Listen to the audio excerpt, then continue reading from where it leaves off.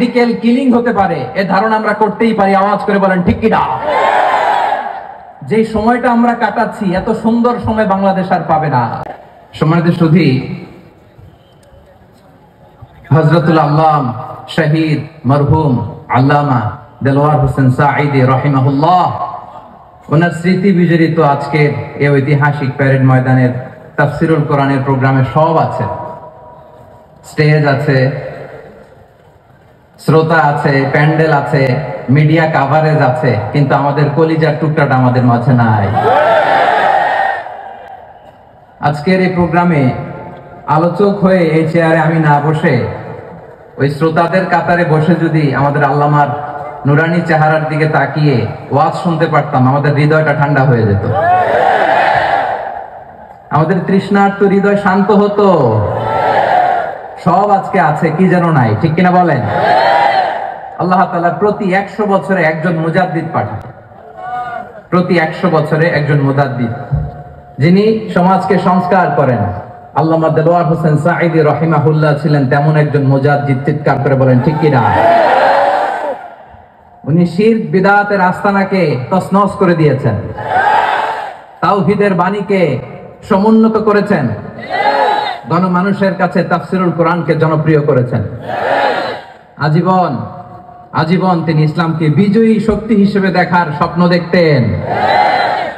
এত প্রাঞ্জল ভাষা, এত চমৎকার আধুনিক প্রেজেন্টেশন ছিল, এটা ধারণা করার পেছনে অনেক কারণ আছে।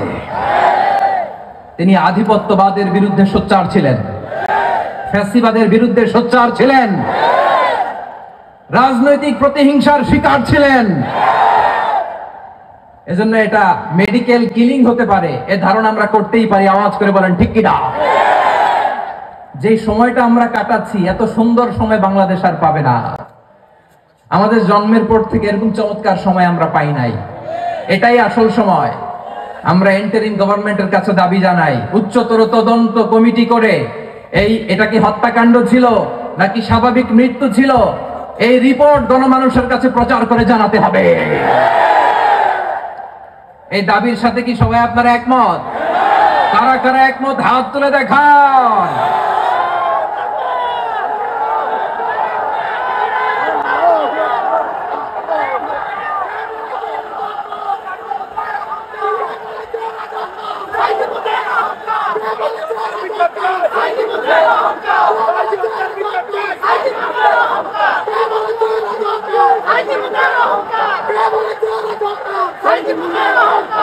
আমার প্রিয় ভাইয়েরা, প্রিয় চট্টলাবাসী, আল্লাহ তাআলা তার এই মুখলেস গোলামকে তার জান্নাতুল ফেরদাউসের মেহমান হিসেবে কবুল করুক, তার জীবনের সকল খেদমাগুলোকে কবুল করুক, জান্নাতুল ফেরদাউসের আ'লা মাকামে তাকে মেহমান হিসেবে কবুল করুক।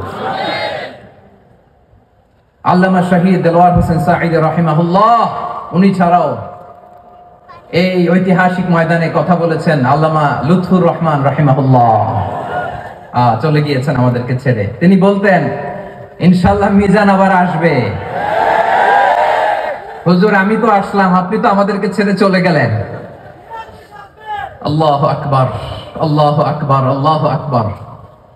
গলায় কোনো সুর ছিল না, সুর দিয়ে কথা বলতেন না, কিন্তু এত চমৎকার শব্দের বুনন, এত চমৎকার প্রেজেন্টেশন, এত চমৎকার ভাবে ঐতিহাসিক বর্ণনাগুলো তিনি উপস্থাপন করতেন। মন্ত্রমুগ্ধ হয়ে আমরা আল্লামা লুৎফুর রহমানের কথা শুনেছি।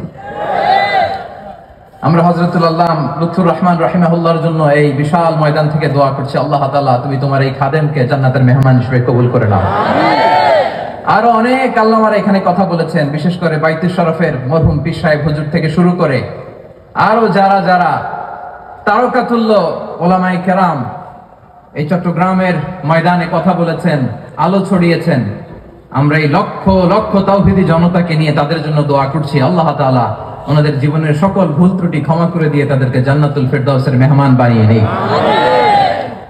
আমরা এই ঐতিহাসিক প্যারেড ময়দানের প্রোগ্রাম থেকে স্মরণ করতে চাই 24-এর ছাত্র নাগরিক অভ্যুত্থানে আমার যে সমস্ত ছাত্র নাগরিক ভাইয়েরা দেহের তাজা রক্ত বিলি দিয়ে নতুন বাংলাদেশ আমাদেরকে উপহার দিয়েছে।